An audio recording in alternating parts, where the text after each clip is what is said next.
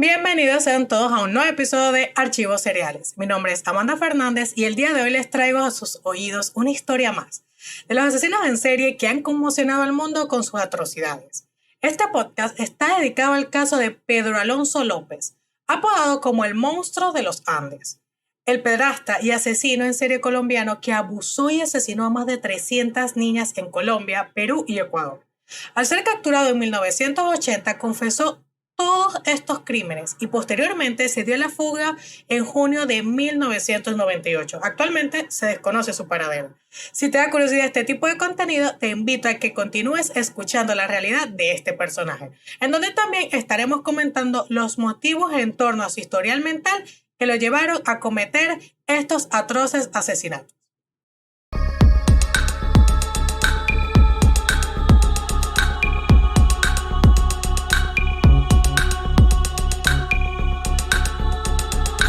Infancia de Pedro Alonso López.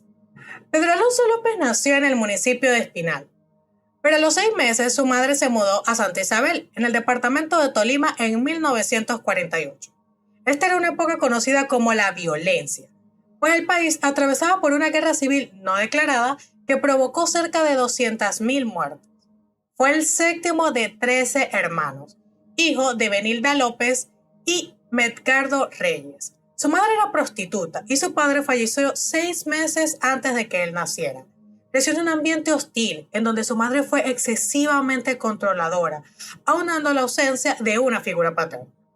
Por su condición de pobreza extrema, vivían todos en una habitación que solo era para separar por unas cortinas. Así que los niños también solían escuchar del otro lado a su madre teniendo relaciones con los clientes.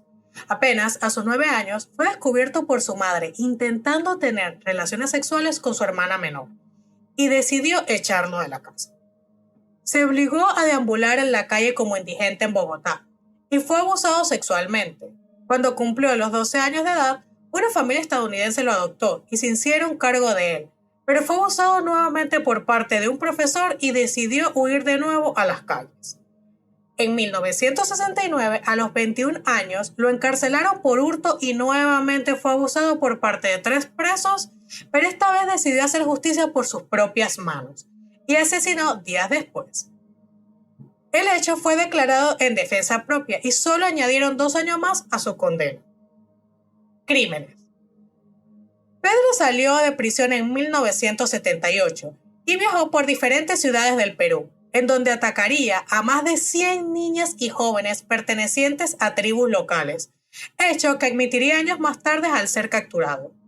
Dijo que le gustaba abordarlas en el día porque sentía que de noche podrían sospechar más y cuando le preguntaron qué característica buscaban las víctimas, afirmó que le gustaban aquellas que tuvieran la mirada más tierna.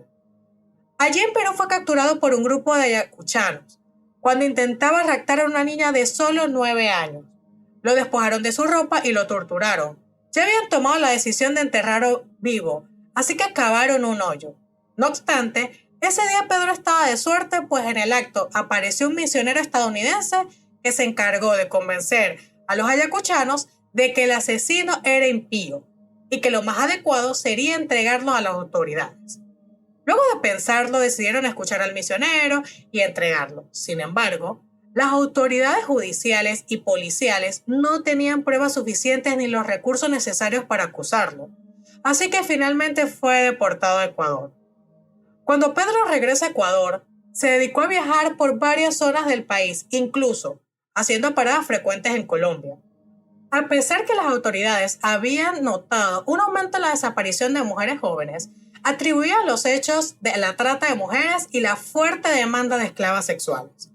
En abril de 1980 ocurrió una inundación en Ambato y las autoridades reabrieron los archivos de personas desaparecidas al encontrar cuerpos de 4 niñas que el agua había desenterrado. No lograron identificarlas, las causas de muerte y tampoco a ellas, pero llegaron a la conclusión de que alguien las había escondido para que no supieran dónde estaba y nunca ser encontrada. Captura y confesiones. Luego de la inundación, una mujer llamada Carvina se dirigía a hacer compras cotidianas en un supermercado local. Estaba con su hija Marie, de 12 años de edad. era un día normal hasta que un desconocido intentó raptar a la menor.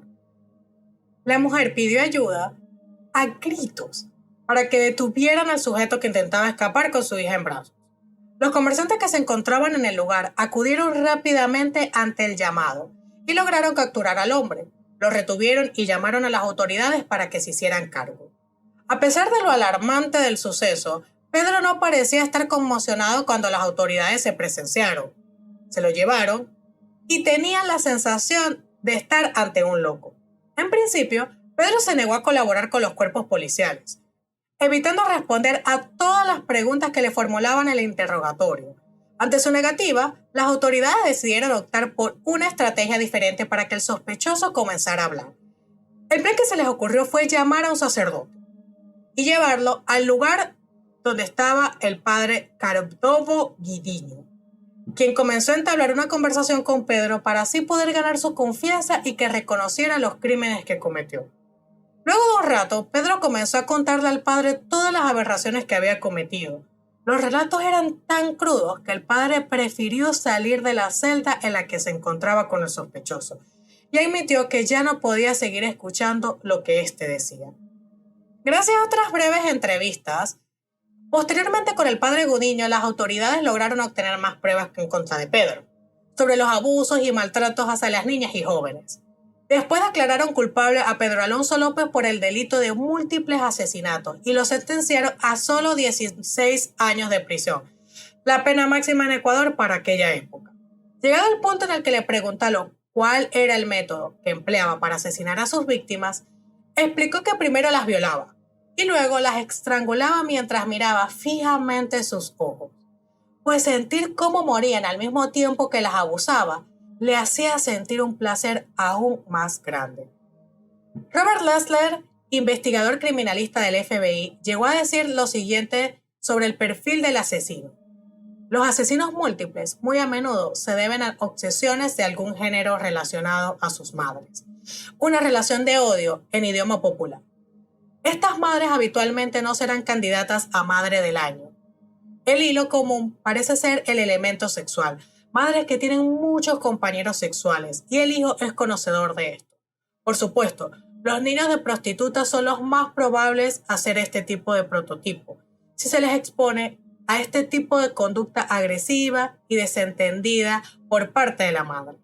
Hasta 1994 estuvo preso en Ecuador, pero luego fue solicitado su extradición y fue enviado de vuelta con las autoridades colombianas. Posterior a esto, decidieron internarlo en un hospital psiquiátrico, pero algunos años después lo declararon sano y fue puesto en libertad en 1998.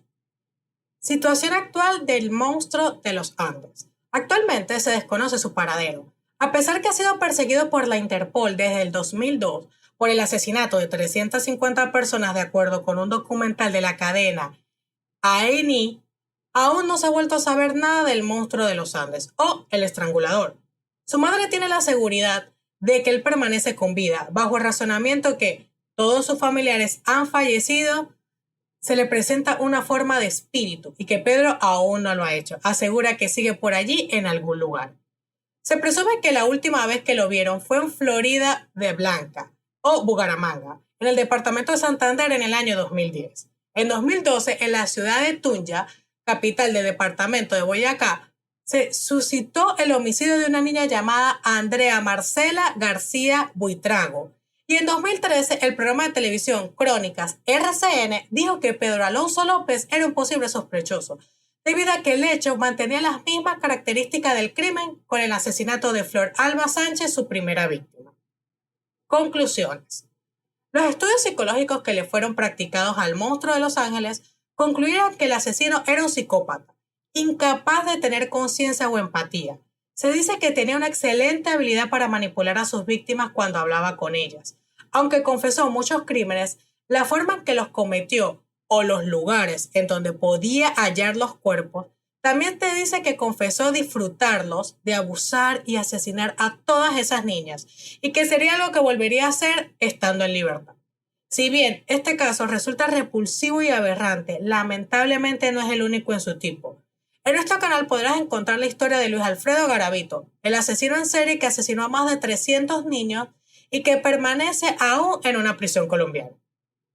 Esta es solo una de las tantas historias que han dejado una huella en el mundo.